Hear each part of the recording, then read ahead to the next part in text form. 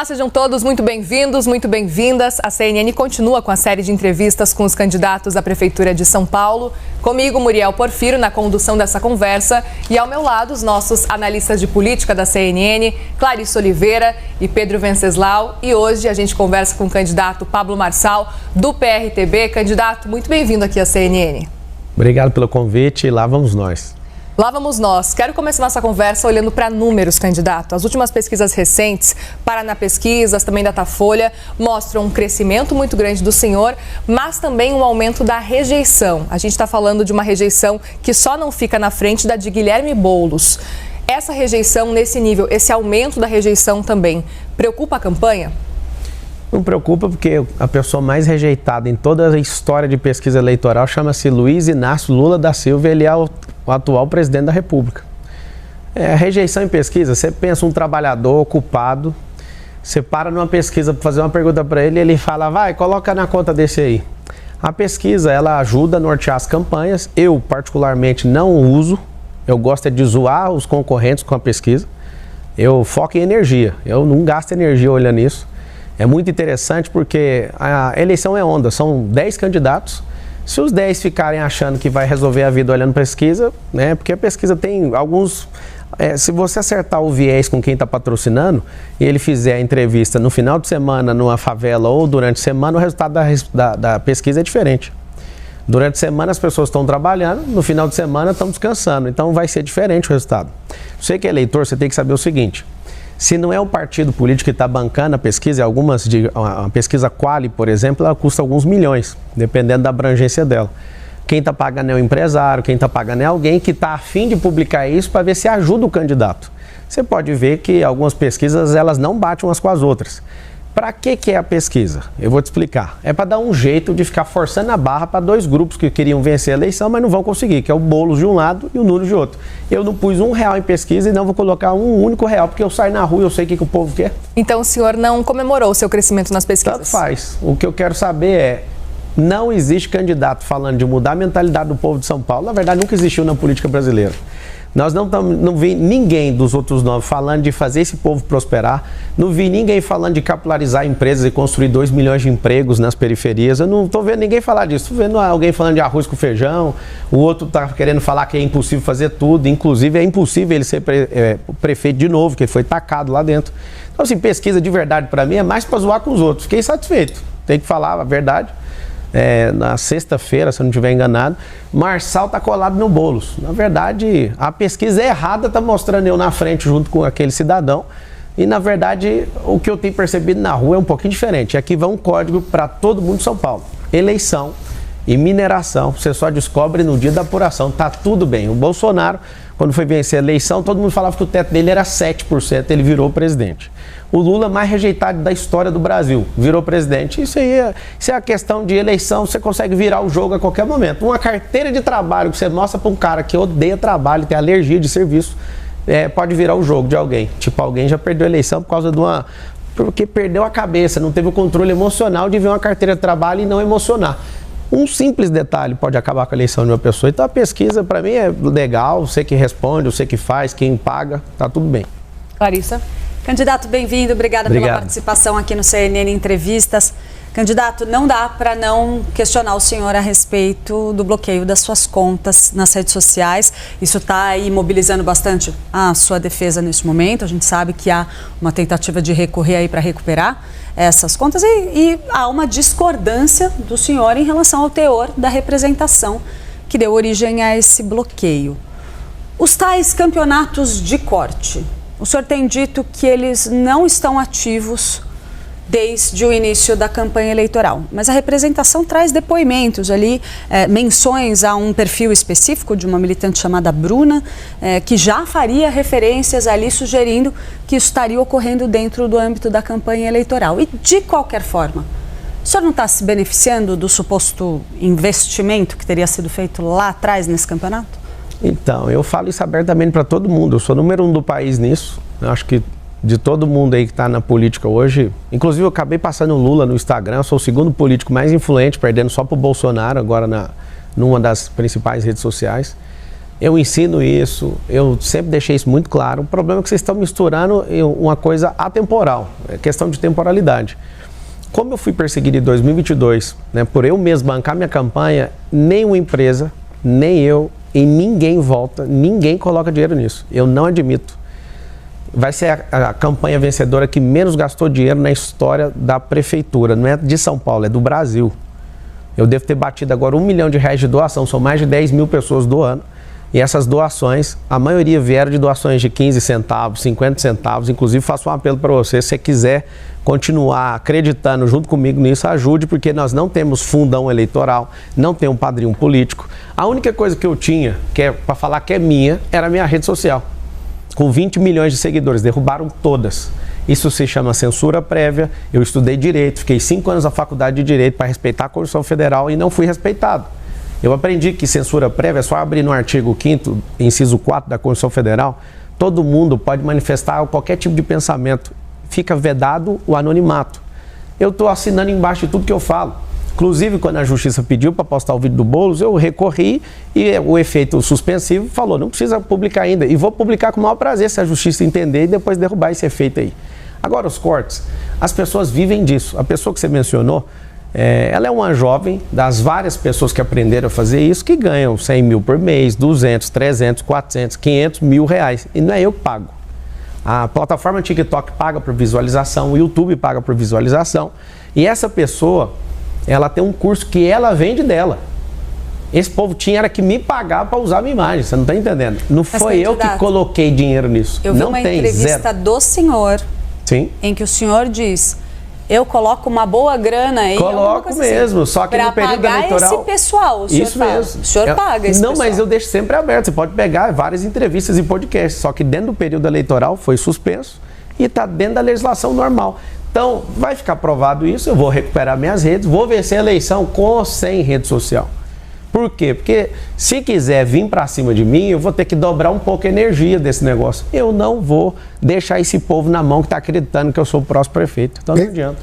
Candidato, o seu partido, o PRTB, apesar de ser um partido pequeno e não ter representação na Câmara, tem em torno de 3 milhões de reais de fundo partidário, fundo eleitoral. E tem algumas candidaturas espalhadas pelo Brasil, segundo o Leonardo Avalanche. Mas a expectativa do partido, pelo que me disseram na própria sigla, é que parte desse dinheiro do fundo fosse utilizada na sua campanha. Zero, já está proibido. Proibido, não vai pôr nada na minha campanha. Eu fiz isso em 2022, vou fazer de novo e vou lutar por um país onde a gente não gasta todo ano par 5 bilhões de reais. Os políticos não estão gostando da minha entrada na política porque eles vão assustar. Eu vou provar que tem como ganhar a Prefeitura de São Paulo gastando pouco dinheiro, porque a democracia não é o governo dos melhores, Venceslau. Não é o governo da pessoa mais inteligente, é o governo dos populares. E esses caras, por exemplo, muita gente nem sabe quem é um prefeito, porque ele só está fazendo coisa agora. Ele foi um cara atacado ali, que tem perfil. Eu, como recrutador e treinador, analiso o perfil dele de forma básica, com respeito. O perfil dele é de vereança, né? É de vereador, não é de prefeito. Tacaram ele ali. Eu sei como é que funciona a escolha de um vice. Eles pegaram ali no grupo político alguém que dava menos trabalho e acabaram colocando ele ali. Ele é muito bom como vereador, mas prefeito ele não dá conta. Então, assim, sobre o meu partido, é um partido nanico, é sim. E eu muito orgulho, todo mundo começa pequeno. Eu comecei pequeno, eu imagino que a maioria das famílias que hoje prosperaram aí nesse país começaram também pequenas. Eu conheço histórias de muitas pessoas que cresceram, então assim, não tem nenhum problema ser pequeno. Eu poderia vir com 5 ou 7 partidos que pediram tanta coisa que eu falei, deixa que eu resolvo sozinho, depois eu chamo vocês por um precinho menor, porque para governar você precisa compor com outros partidos. Só que eu não vou estar devendo, não vou dar pasta para eles. Eles não querem habitação para ajudar a construir habitação, eles querem habitação para desviar dinheiro. Isso é muito nítido. E vai ter um tipo de gestão um pouquinho diferente no meu governo. Toda reunião pública eu vou trazer à tona. Do jeito que eu faço na minha vida de mostrar as coisas, vai ser um governo que vai mostrar isso também. Vou fazer reunião, vou transmitir ao vivo, todo mundo tem que assistir.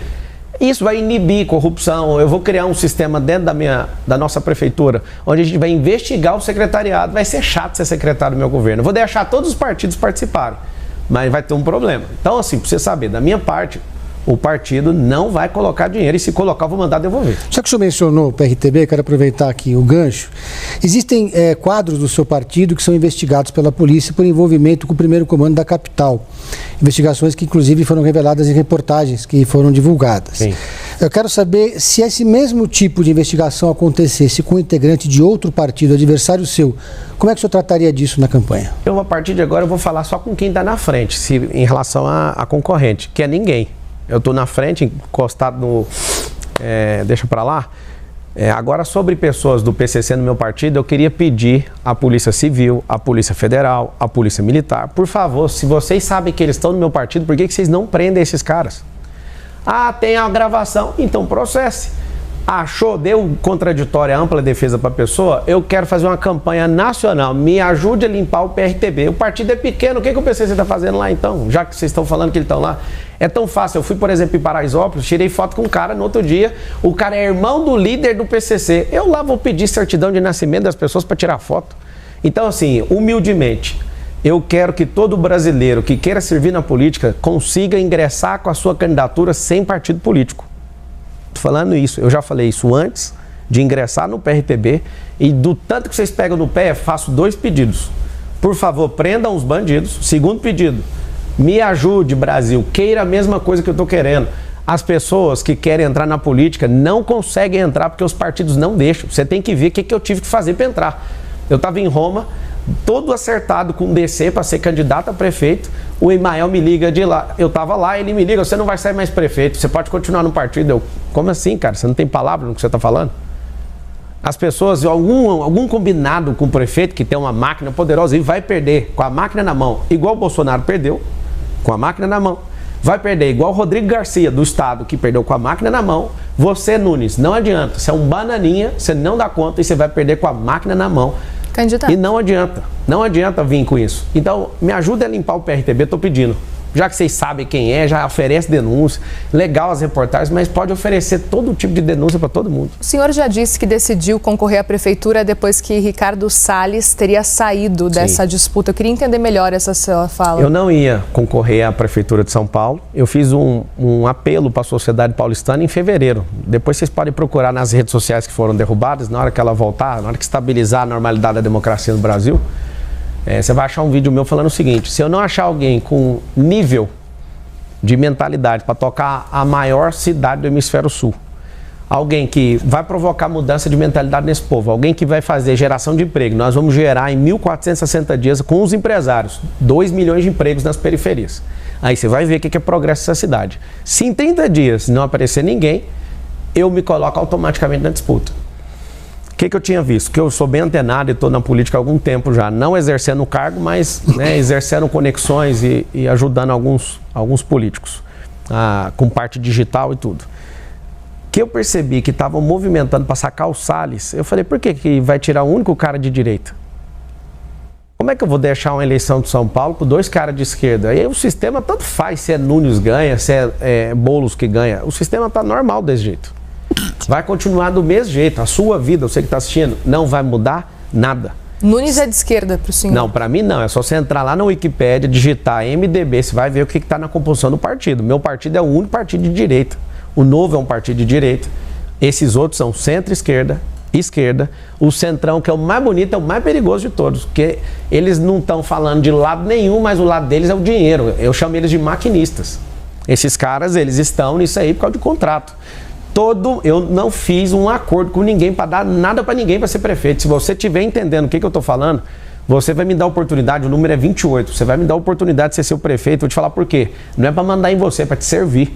Nós vamos revisar todos os contratos da prefeitura. Nós temos um caixa recorde ano que vem de 120 bilhões e esses caras já lotearam a prefeitura inteira. Esse governo é o governo do Dória, esse governo é o governo do Kassab, é tudo junto e misturado. Eu não entendo até agora o que o Bolsonaro está fazendo num governo, apoiando um governo que defende e aplica ideologia de gênero, são pró-aborto. Cara, tudo que a gente defendeu e lutou por você, Bolsonaro, não faz o mínimo sentido te ver curvando para esses caras do Centrão. Então deixo o meu apelo aqui para falar para vocês, não faz sentido. Como eu não vi e não tinha outro nome, e eu já falei para o Venceslau e para vocês, que a democracia só funciona com quem é popular. A Marina é uma excelente candidata, tem ideias muito boas, tem experiência, trabalha no governo e tudo, mas não tem a popularidade. Não é diminuindo, pelo contrário. Aqui ela disse que é mais preparada que o senhor. Mas eu vou discutir isso com ela. Ela é ótima no serviço público, ela já trabalhou. Eu nunca fui funcionário público. Eu estou pedindo para você me dar um emprego. Eu nunca imaginei que um cara que tem um conglomerado multibilionário estava pedindo um emprego. Eu estou pedindo um emprego que dezenas de pessoas ganham mais do que o emprego que eu estou pedindo. Ela realmente é preparada. E se der tudo certo e ela passar no crivo, eu posso colocar ela de secretária que ela quiser, porque ela é boa mesmo. Agora, eu paguei mais impostos em milhões do que todos os 9 juntos. Eu gerei mais riqueza que todos eles. Eu sou alguém que já transformou mais gente nesse país. Vocês acham que eu sou influenciador? Só que eu sou educador, tenho 1,5 milhão de alunos. Eu já provoquei coisas que ninguém imagina nessa política. Então tem muitas pessoas achando que eu ainda estou de brincadeira aqui. Se você somar eles todos, você vai perceber que eu já produzi mais resultado para o povo. Muito mais longe. Então assim, você acha que essa eleição está interessante por quê? Porque eu entrei nela. Porque senão ia ser uma eleição de miojo. Você não ia ver o Nunes brigando com o Boulos, porque eles dois não brigam.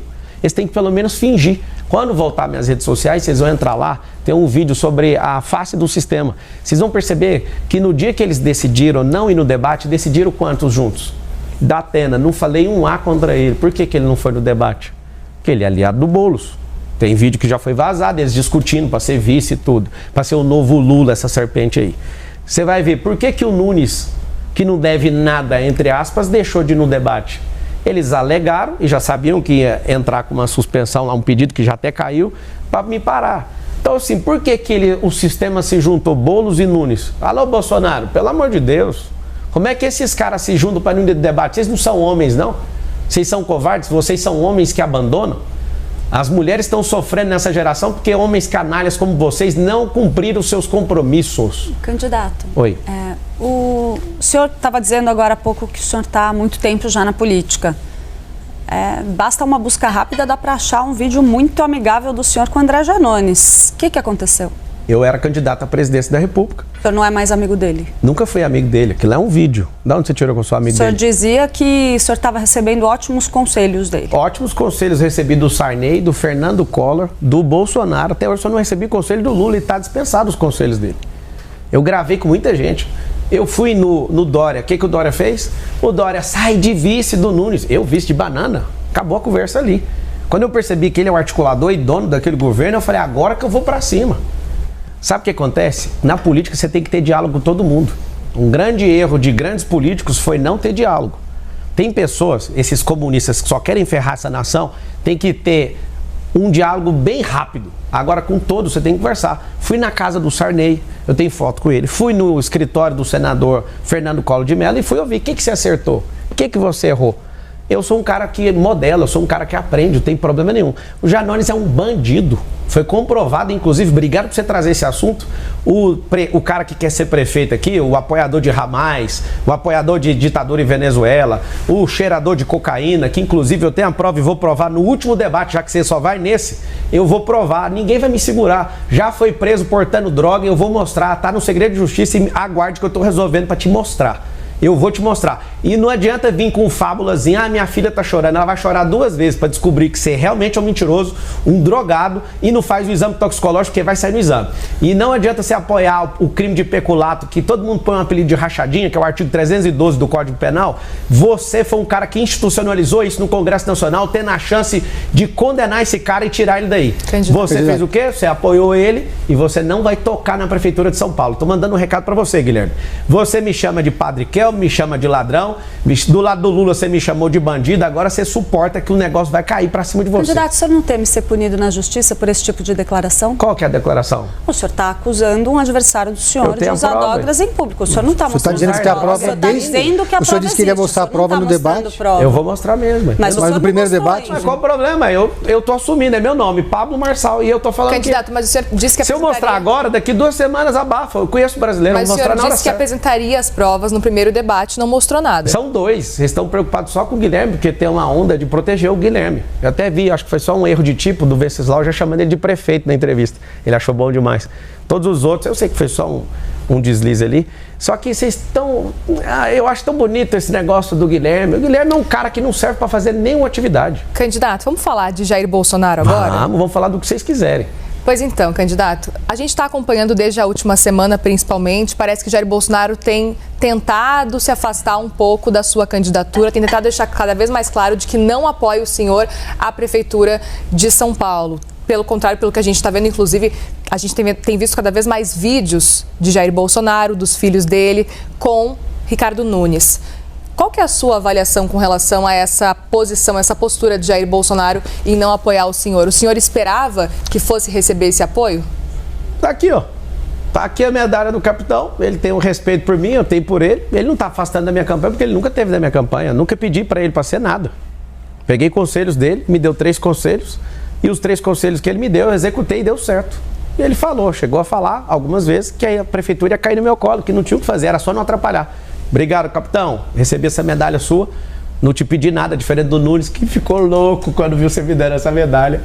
Alô, Bolsonaro, cadê minha medalha? Senão eu vou perder a eleição. Aí você foi obrigado a dar uma medalha para aquele cara que você não concorda. Mas eu te entendo, eu não tinha chegado.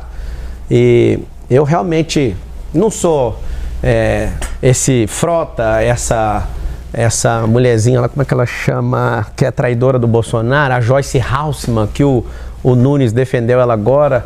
Eu não sou o Dória que se levantou contra ele. Vocês não vão ver eu me levantando contra o Bolsonaro, porque ele é um grande líder. Ele foi colocado inelegível de forma errada, mas como ele está com 3 ações de inelegibilidade, 3 condenações. Uma ele reverteu e nós esperamos que ele reverta as outras 2. E o que o senhor achou do Carlos Bolsonaro declarar apoio a Marina Helena? Ele é um retardado, aquele menino atrapalhou a gente de ganhar a eleição para presidente com o Bolsonaro.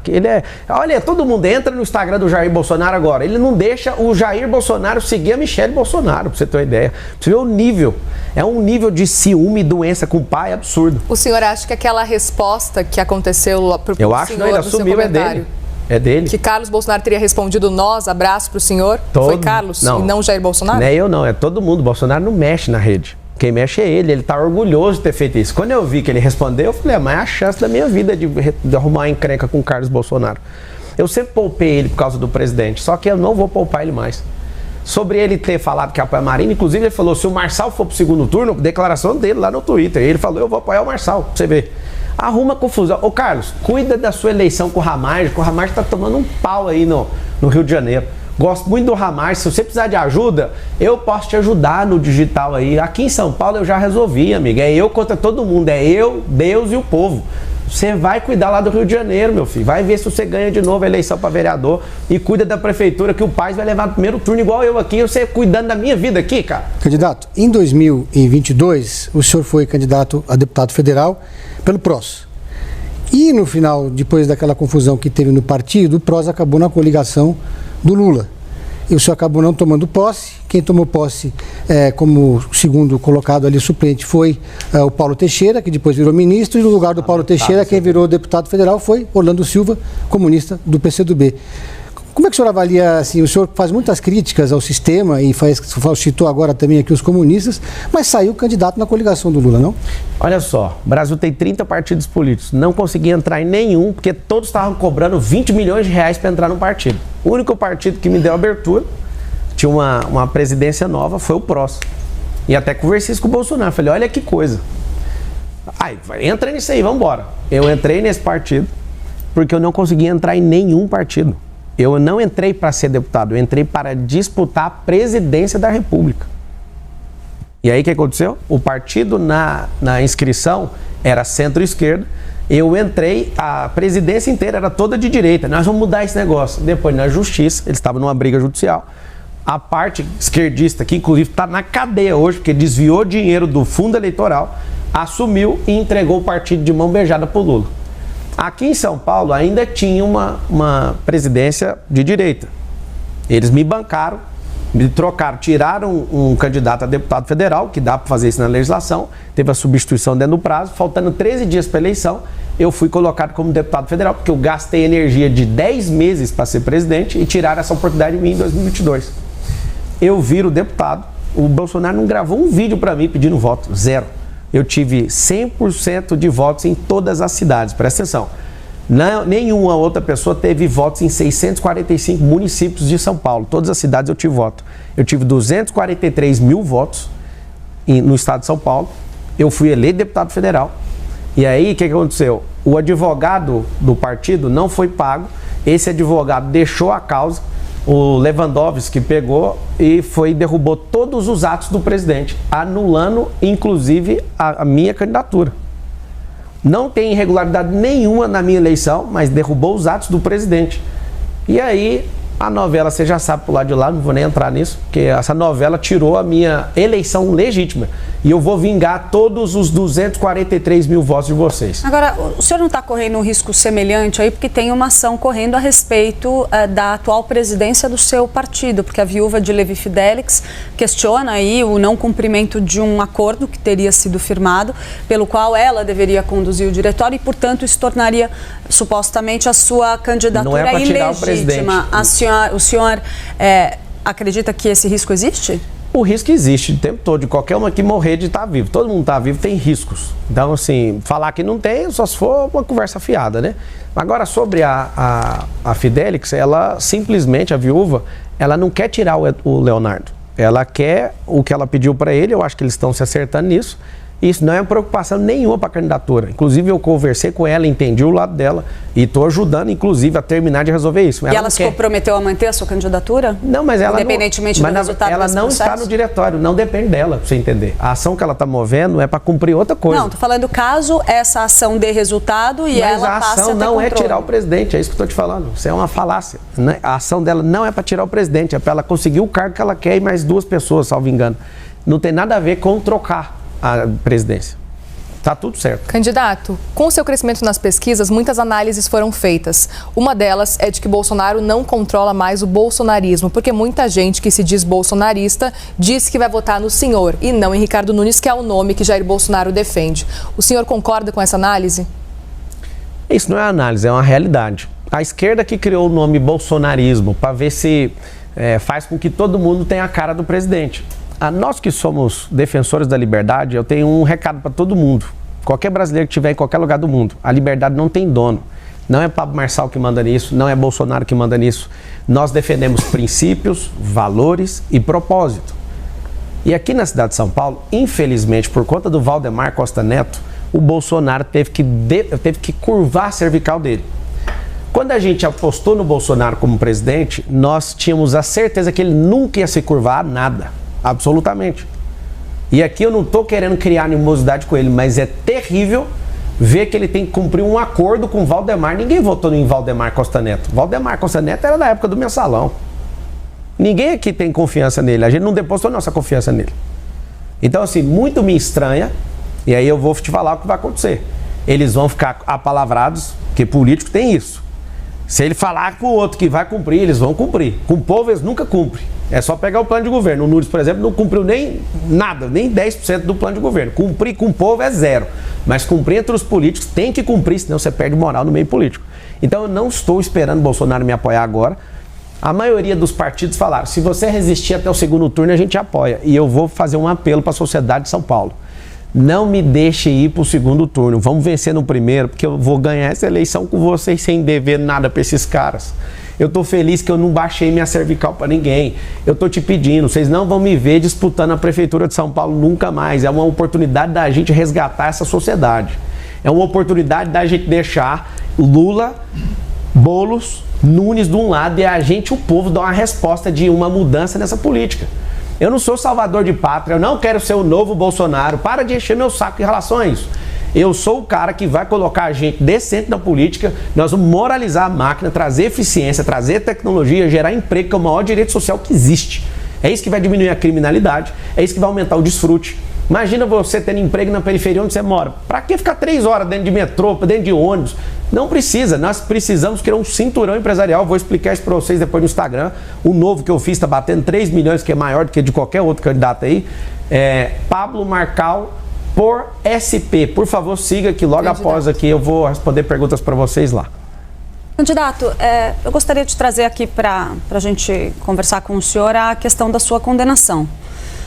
O senhor tem dito em reiteradas ocasiões que essa condenação só existiu porque o senhor não tinha um advogado ali à sua disposição, não tinha como arcar com o custo de um advogado, e que, na verdade, a gente sabe que essa condenação ela prescreveu. O senhor deveria ter cumprido pena de prisão em regime semiaberto. Não deveria, porque ela não é transitada e julgada. Você precisava estudar um pouquinho o direito. Quando você usar a palavra dever, você tem que pegar aquilo que a lei força. Desculpa te responder de jeito, você está errado. Eu estou sendo respeitosa com o senhor, eu também estou sendo, porque você usou a palavra dever. A lei, quando ela é permissiva e falar sobre dever, você tem que estar amparada nela. Você está desamparada no que você está falando. Mas eu vou te explicar para você aprender um pouco aí do mundo jurídico. Candidato. O que foi? Só peço um respeito para a gente continuar Qual o que é a debate. falta de respeito? Eu estou sendo respeitosa com o senhor em todos os Da questionamentos. onde você tirou o negócio do dever? O senhor não teve uma condenação em seu nome? Foi prescrita, ela não transitou em julgado, teve um defensor público, depois um E se tivesse avançado e sido confirmada pelas instâncias jurídicas, o senhor deveria ter sido preso. E o que tem? E diante do fato que provocou essa sua condenação na justiça, Qual que é a sua pergunta, então? Porque eu não respondi a primeira, você quer perguntar o quê agora? Diante desse fato, sim. O senhor acredita que não há motivo... Posso terminar a pergunta? Pode, eu não respondi, você pode. Eu estava terminando, eu posso terminar de responder? Não, o senhor me pediu, eu estou fazendo um contraponto. Não, você está fazendo contraponto? Posso não, terminar a pergunta, eu vou terminar candidato? A resposta primeiro, que eu sou entrevistado. Vamos fazer o seguinte, candidato. Candidato, deixa eu terminar. Deixa eu só te fazer. Ela vai terminar a pergunta e o senhor tem tempo para responder. Eu respondo a primeira, ela faz a segunda enquanto ela quiser. Primeira coisa então, vamos lá. Ano que vem faz 20 anos desse fato. 20 anos.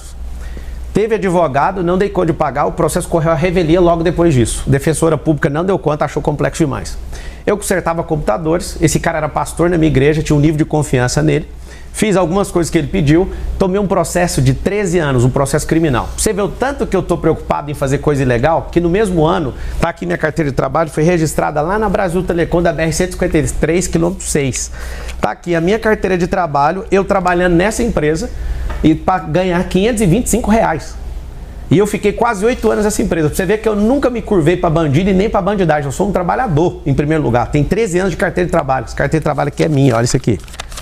Opa, aqui. Tá aqui, ó. Se der conta de arrumar a resolução, vai conseguir mostrar para todo mundo, por favor. Essa carteira de trabalho é minha. No mesmo ano, eu fui arrumar um serviço. Eu não tenho medo nenhum de processo. E, de fato, eu não tinha R$2.000 para pagar o advogado. Agora, 20 anos se passaram, vocês vão ficar repetindo isso, eu entendo, eu vou explicar toda vez. Só que é o seguinte, eu não deveria isso. O processo não foi transitado em julgado. Eu simplesmente larguei isso e acreditei que isso ia ter uma solução. Graças a Deus, pela injustiça que eu sofri, eu repudio injustiça e odeio qualquer pessoa que mexa com isso. Eu odeio esse negócio de bandidagem. Se vocês acharem qualquer coisa que arrebente comigo, pode ir pra cima. Vocês estão caçando coisa em todos os lugares, eu tô aqui para responder tudo. Agora, falar uma coisa que é dever, desculpa, tá? A gente pode recompor aqui, mas quando você falou você deveria, você foi um pouco longe da lógica. Se a decisão judicial tivesse seguido adiante, tivesse sido confirmada pela justiça, sim, poderia ter ocorrido do senhor ter que... Parabéns. Poderia, não deveria. Candidato, sim. Eu estou sendo respeitosa com o senhor. Eu também, eu estou te falando, então, você trocou a palavra. Eu peço para o senhor responder respeitosamente. Eu estou respondendo, você usou a palavra correta agora. Poderia, não deveria, porque tem um processo chamado ainda devido. Assim a gente tem uma condicional, mas não vamos entrar nisso. Não precisa, porque a gente já saiu. Candidato. Sim. O senhor se arrepende de alguma das suas atitudes relacionadas a esse caso? O senhor nunca cometeu nenhum tipo de irregularidade? Opa, claro. Todo mundo aqui, você erra, ela erra. Mas como que o senhor entende, então, as decisões da justiça contra o senhor agora? O senhor é sempre injustiçado, não tem nada que o senhor tenha feito de errado. Não, tem muita coisa que as pessoas falam, você tá errado, eu ouço, vou lá e para de fazer. Acha um erro meu que eu repeti 2 vezes, acha você, ué. Eu vou aproveitar o gancho. Se esse mesmo caso tivesse acontecido, se um adversário político seu tivesse sido condenado e prescrito depois de 20 anos, o senhor teria usado isso na hora eleitoral? Ou 2 pesos ou 2 medidas? Primeira coisa, que é o que eu faço e foi isso que me fez prosperar muito, eu ia estudar o caso. Primeira coisa. Aqui tem candidato que bate mulher, ninguém fala nada aqui na entrevista. Aqui tem candidato que dá tiro na porta de boate, ninguém levanta nada disso. Aqui tem candidato que já foi 3 vezes preso. Falou um pouquinho e saiu do assunto. Tá tudo bem pra mim. O que a gente precisa é tratar com isonomia todas as pessoas. E eu vou te pedir perdão aqui, porque eu vi que você não gostou. Só que você usou a expressão errada. Não é deveria. A gente precisa disso. É porque existe um universo jurídico. Eu fiquei 5 anos na academia de direito para ter que ouvir isso, não. Só para a gente deixar claro aqui, candidato, tudo bem, eu acho que a gente pode continuar a conversa, a gente está tendo uma conversa. Tá maravilhosa a conversa. Tá maravilhosa, mas peço um pouquinho de respeito, tá? Para a gente conseguir, a gente terminar as perguntas e o senhor, claro, também responder à vontade. A gente não tem tempo aqui estipulando o seu tempo de resposta. Muriel, candidato. Muriel, aponta o que foi falta de respeito da minha parte. A gente está falando aqui já, o senhor bateu palma enquanto a Clarice... Isso é liberdade de expressão. A gente está aqui para ouvir as suas ideias e entrevistar o senhor. Não tem problema, a gente não precisa se alongar nesse assunto. Só aponta, porque você falar assim, a gente precisa recuperar o respeito, eu perdi o respeito. Fala o que foi pontualmente a falta de respeito. Candidato, eu citei aqui, mas vamos seguir adiante, por favor? Vamos seguir com a entrevista, candidato. Eu tô em paz aqui com vocês. Vamos seguir. Deixa eu fazer uma pergunta sobre propostas, então. Vai lá. A gente conversa com muitos especialistas aqui, especialmente em período eleitoral. E eu não encontrei nenhum especialista em cidades que considerasse exequível a sua proposta do teleférico. Eu queria saber se o senhor considera essa proposta exequível. Fala o nome do especialista que falou que não dá, porque eu vou expor ele aqui. Candidato, eu quero saber se o senhor... Não, candidato não, você usa... Conversamos com o especialista. Pedro, você é um cara... forte, você dá conta de trazer o nome do especialista. Fala um que fala que não dá, que eu mesmo vou fazer pergunta. O senhor considera exequível? Você acha que vai resolver o problema da cidade, no teleférico? 5 vezes mais barato que fazer buraco de metrô no chão. É ecológico, ninguém está falando disso. É silencioso, não para e é para honrar as comunidades. Candidato. Tem, só um pouquinho. Tem em Balneário Camboriú, por falta de gestão não funciona no Alemão, no Rio de Janeiro. Tem em Medellín, tem em Bogotá. Quem foi o especialista que falou que não tem como? Se você puder trazer um, você usou no plural, especialistas. Eu nem vou te cobrar a pluralidade do que você falou. Eu vou cobrar só... Eu vou cobrar não, quem sou eu para te cobrar? Então o senhor conhece algum especialista que disse que é executível? Claro que é, cara. Essa cidade está entupida. Essa cidade está entupida. Tem 7 milhões de carros. Ninguém está falando da poluição do ar. Essa cidade está faltando empresa nas periferias, porque isso já vai diminuir esse trânsito. A solução mais inteligente do trânsito é a periferia. É emprego na periferia. 2 milhões de empregos vão ser gerados. É interessante porque eu não quero fechar um contrato de 20 bilhões e falar, vamos fazer. Eu vou fazer uma fase, assim como o que eu estou propondo na segurança pública, que é trazer tecnologia com análise preditiva para a gente fazer um anticrime aqui nessa cidade. Vamos fazer um jejum de crime aqui, você vai ver o que vai ser a partir de janeiro. Então, assim, você falar que não tem como, traz o especialista. O prefeito, por exemplo, eu quero usar da prefeitura para a gente construir a maior obra, o maior prédio do mundo aqui, com 1 quilômetro, que é um pouco maior que o Burj Khalifa. Por que eu quero fazer isso? Disrupção da construção civil, geração de emprego e levar desenvolvimento para a Zona Sul. Vai ser ali próximo da área de Interlagos, pelo menos onde eu estou vendo com algumas pessoas que eu imagino. Eu quero levar a prefeitura, sabe para onde? Lá para perto de Brasilândia, de Pirituba, para a Zona Norte, para levar desenvolvimento. Você que está assistindo, por que você mora nas periferias e não tem investimento aí? Porque as pessoas começam a ganhar um pouco de dinheiro e não aguentam o pancadão e já muda daí e vai embora. O governo já não investe aí. Não tem liberação fundiária, né? A gente não consegue liberar escrituras, as empresas não vão. Nós vamos fazer um maior mutirão para abrir empresas aí. Você, quem que não quer ter seu próprio negócio?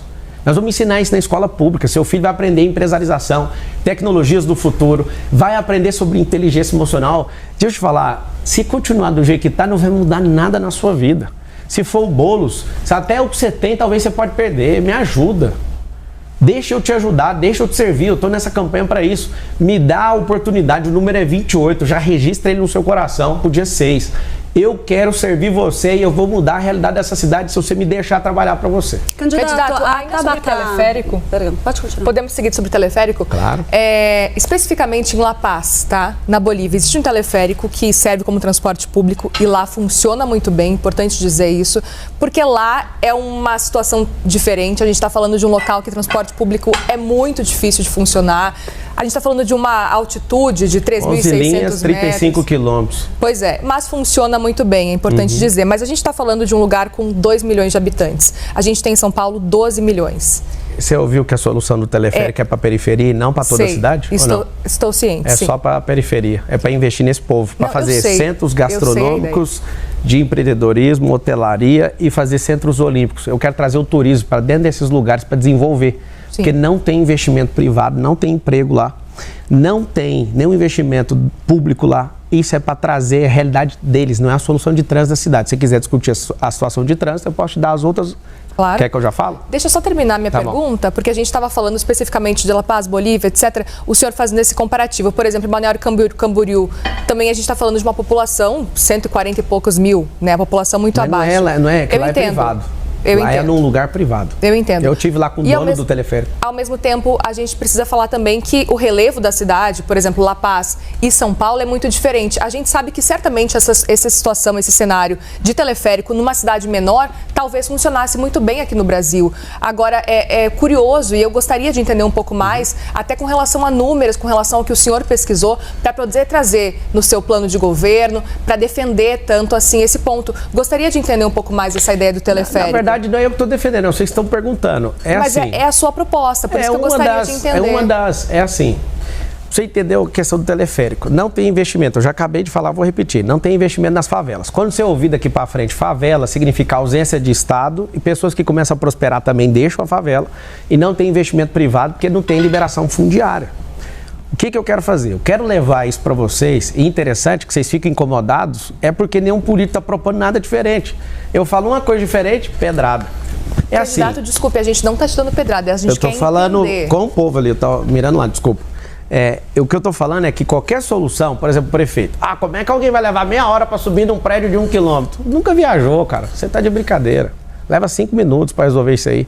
E a pessoa que tem essa mentalidade, por exemplo, o monotrilho, se for um monotrilho, aí você fala, mas para quê? É o seguinte, a cidade de São Paulo, ela não foi planejada para ter 12 milhões de pessoas. O que a gente vai fazer? O que é mais rentável para a cidade e menos drástico para a população? Nós vamos desapropriar 10% da cidade para largar a avenida? Para fazer como em Orlando, o subúrbio e desconectar? Não tem como, a cidade já está toda cercada. Então, aqui eu não tenho área, eu sou loteador, eu sou construtor também. Eu não sou um ignorante que estou achando que isso funciona. Eu tenho 19 segmentos diferentes de atuação. Eu atuo na aviação civil, em fazenda, em loteamento e construção. Eu construo um prédio também. Eu estou na rede de escola, eu tenho 2 redes de escola. O que vocês chamam de secretariado, de Ministério do Governo Federal, eu tenho esses negócios dentro do mundo privado. Eu já sei como é que faz, eu não estou achando que funciona. Então, numa cidade que não tem área de expansão, já está cercada. Numa cidade que tem muita área abandonada, mais de 1000 favelas aqui dentro. Eu não consigo pegar e sair desapropriando tudo para refazer a cidade. Isso é para beneficiar esse povo, inclusive você que está na periferia, você não vai pagar o transporte de teleférico. Isso vai ser da iniciativa privada, vai ser parceria público-privada. E eu quero saber por que esse povo pega tanto no pé para tirar esse benefício de vocês. Porque a esquerda gosta de sequestrar vocês emocionalmente. Sempre uma promessa, nunca vai fazer. Eu vou provar para vocês, nós vamos fazer uma primeira fase, custa 50 milhões de reais o quilômetro. Só para você ter uma ideia de dimensão de custo, uma rua, que não dá para pôr rua em lugar nenhum do jeito que está a cidade hoje, tem que fazer uma desapropriação em massa. Ela custa muito mais barato, só que a desapropriação custa 20 vezes mais, porque as áreas de São Paulo são muito nobres. Agora, colocar isso, que não vai fazer um barulho, é ecológico, não para.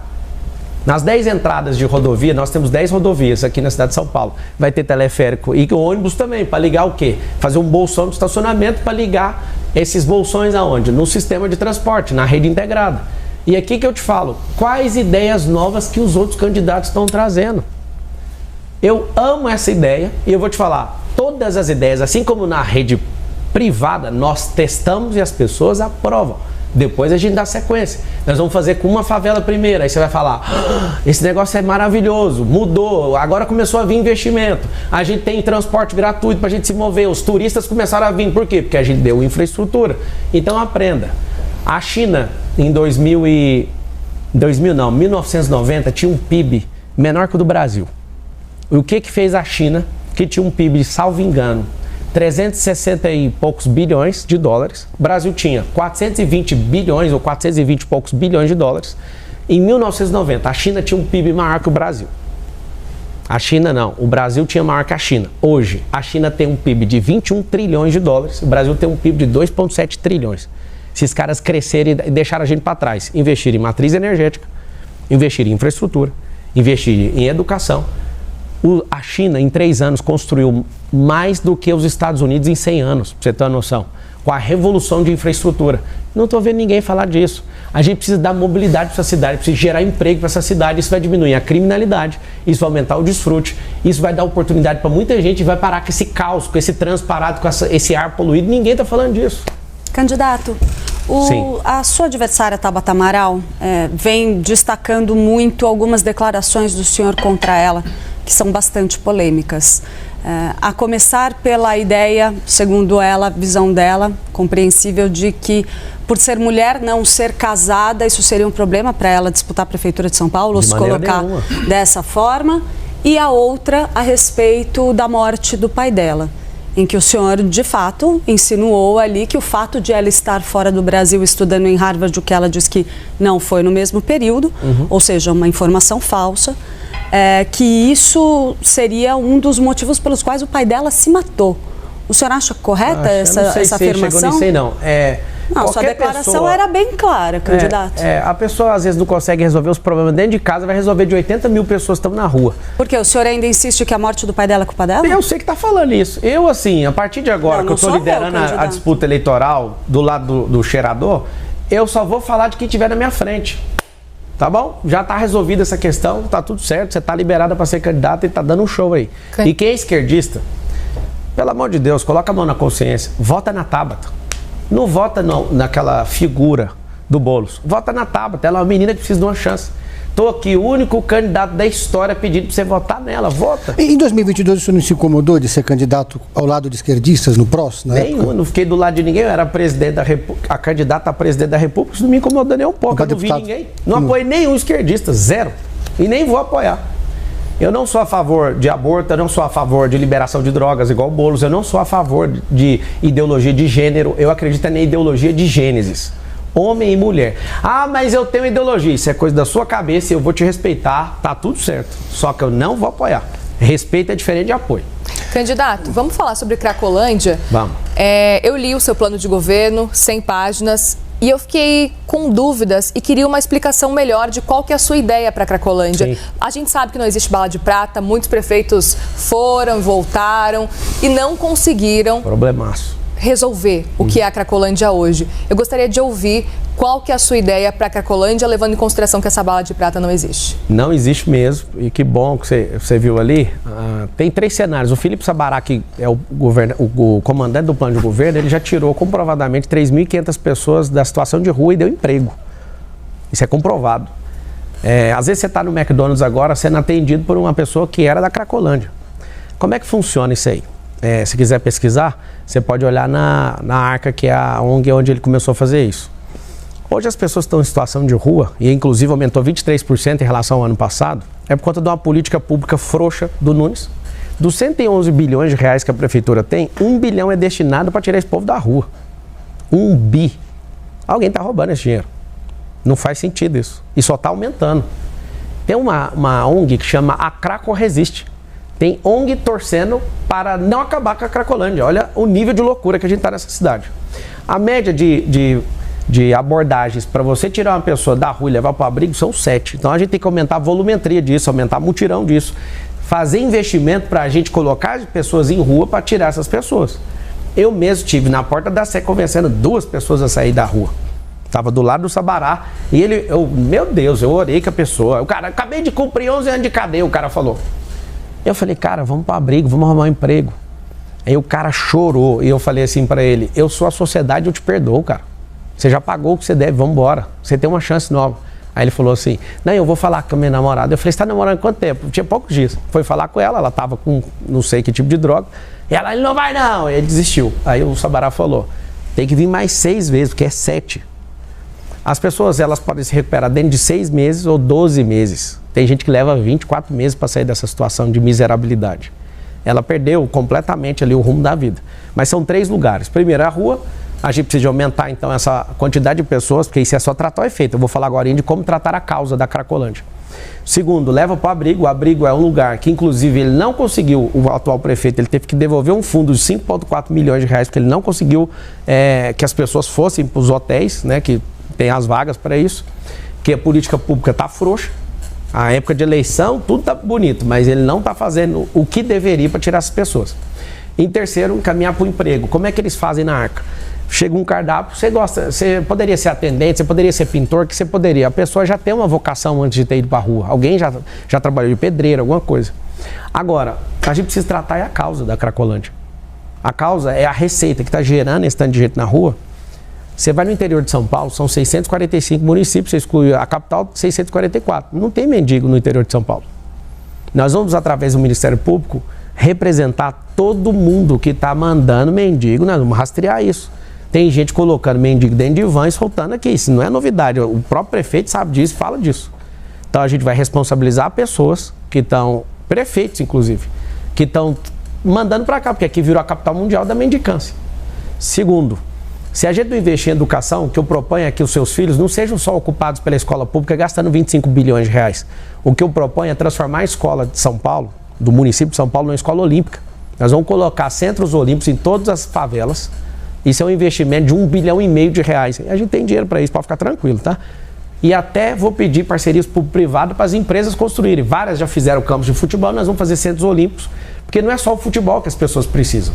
Se eu te der uma identidade esportiva para as crianças, elas não vão entrar para a Cracolândia. Sabe por quê? Porque segundo o Felipe Sabará, que foi secretário disso e conhece disso e vive, ele é um filho de bilionário que ama ajudar os outros. Inclusive, no futuro vai ser prefeito dessa cidade, com certeza. É um cara completamente da minha confiança. Veio do governo do Tarcísio para me ajudar. O que a gente entendeu? Lá na Cracolândia você não acha um cara que é esportista. Uma pessoa que é esportista não vai parar na Cracolândia, porque ele aumenta a resistência, ele come bem, ele faz tudo o que precisa ser feito e a gente vai investir no seu filho, porque ele vai ter essa identidade esportiva. Nós precisamos tratar esse efeito agora. Igual, parabéns para a Polícia Civil e Federal, na ação conjunta desmantelou ali, viu que tinha milícia ali dentro. E infelizmente, né, guardas municipais estavam ali, já que não resolve, acabaram enveredando ali para o mundo do crime. A gente precisa de ter ações conjuntas para isso, gerar emprego e levar essas pessoas, sabe para onde? Para a horta, para lugares, para reformar prédio público e afastar elas da rua, porque se estão concentrados, aquele ambiente não vai gerar transformação. Ou seja, é um trabalho de mais de 4 anos. Isso é um trabalho que pode, talvez, conseguir zerar antes de 2030, mas a causa é, se fizer o que eu estou falando, gerando emprego e mudando, dando uma identidade esportiva para as crianças, em 2040 não tem ninguém na rua, em 2050 não tem ninguém na rua. Estou aproveitando essa deixa... Rapidinho. O senhor quer ser candidato a presidente em 2026? Não, eu vou ser prefeito. Eu não vou negar nunca que eu serei presidente do Brasil. Eu não sou... Questão de tempo?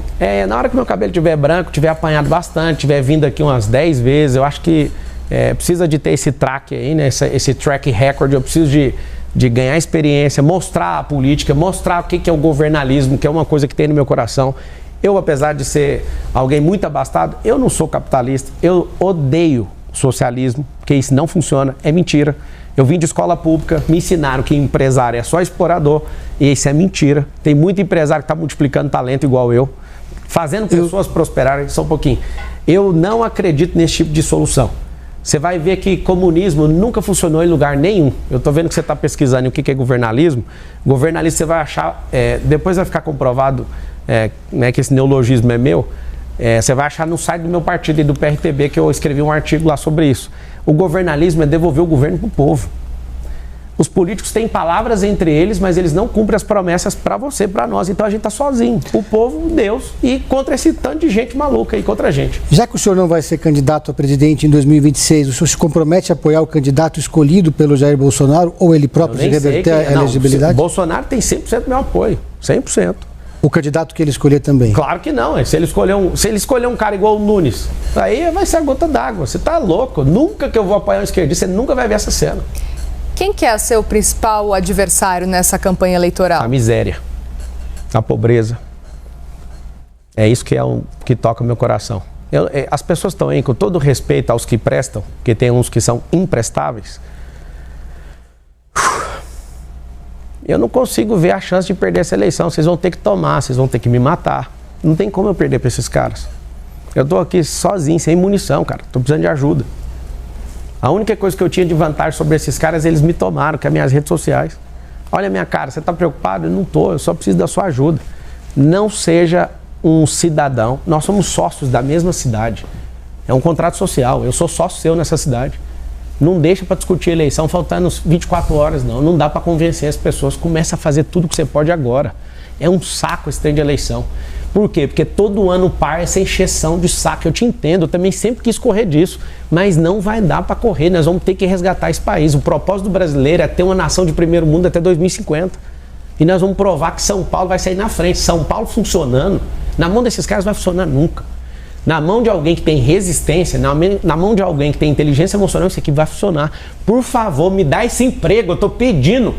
Se vocês quiserem saber da minha vida, revira. Se quiser ver meus rins, se quiser ver meu intestino, se quiser ver tudo, eu conto tudo pra vocês.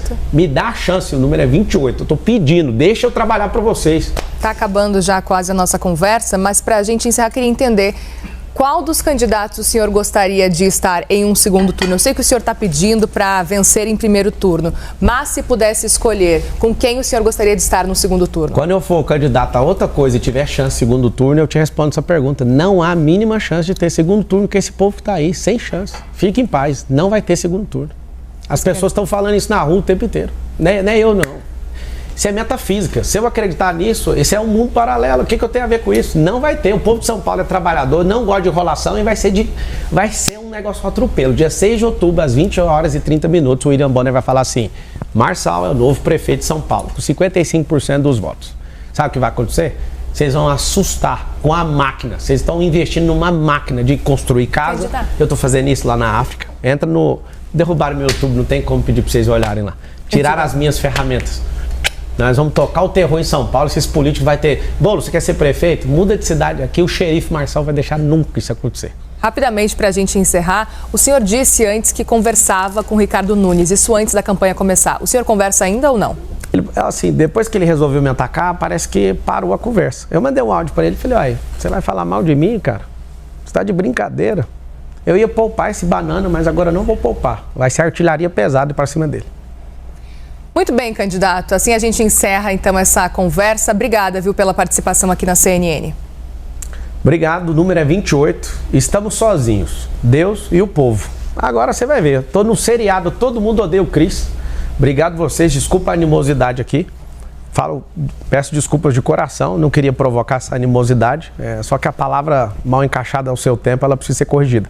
Um beijo para você que é de São Paulo, nascido aqui ou que escolheu morar aqui. Nós vamos para o futuro nessa cidade e eu estou te pedindo, me dá um emprego. Obrigada, candidato. Obrigada aos meus parceiros também, Clarissa e Pedro Venceslau. E assim a gente encerra essa entrevista com o candidato Pablo Marçal, do PRTB. A gente encerra, assim, também a série de entrevistas com os candidatos à Prefeitura de São Paulo. Lembrando que a partir de quarta-feira, depois de amanhã, a gente começa as conversas com os candidatos a prefeito do Rio de Janeiro. Não perca e obrigada a você pela audiência também. Até mais.